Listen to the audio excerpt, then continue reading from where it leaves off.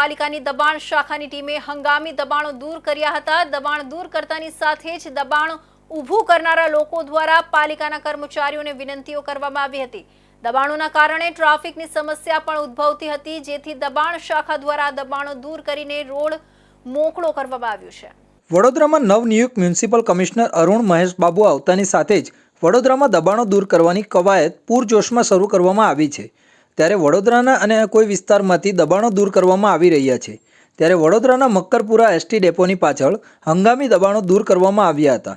વડોદરા મહાનગરપાલિકાની દબાણ શાખા ટીમ દ્વારા જીસીબી લઈને આ દબાણો દૂર કરવા આવી પહોંચ્યા હતા, જ્યાં લોખંડની કેબિનો, શેડ, લારી, ગલ્લા જેવા હંગામી દબાણો હતા। સોસાયટીઓની નજીક આવેલા આ દબાણોના કારણે ટ્રાફિકની સમસ્યા પણ ઉદ્ભવતી હતી, જેથી દબાણ શાખા દ્વારા દબાણો દૂર કરીને રોડ મોકળો કરવામાં આવ્યો છે।